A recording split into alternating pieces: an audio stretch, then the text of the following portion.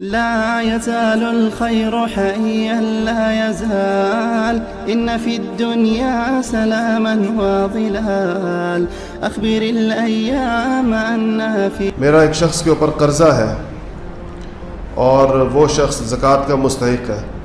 اب وہ میرا قرضہ واپس نہیں کر سکتا اپنی غربت کی وجہ سے، تو کیا میں اپنا قرضہ اس کو زکوٰۃ کی مد میں معاف کر دوں؟ ایسا نہیں ہو سکتا.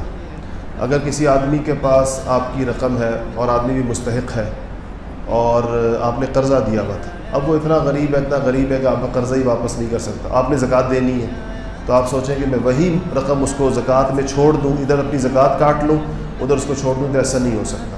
اس لیے کہ یہ دو الگ الگ وہ ہیں کانٹریکٹس ہیں. ایک ہے قرضے کا دینا اور ایک ہے زکوٰۃ کا دینا.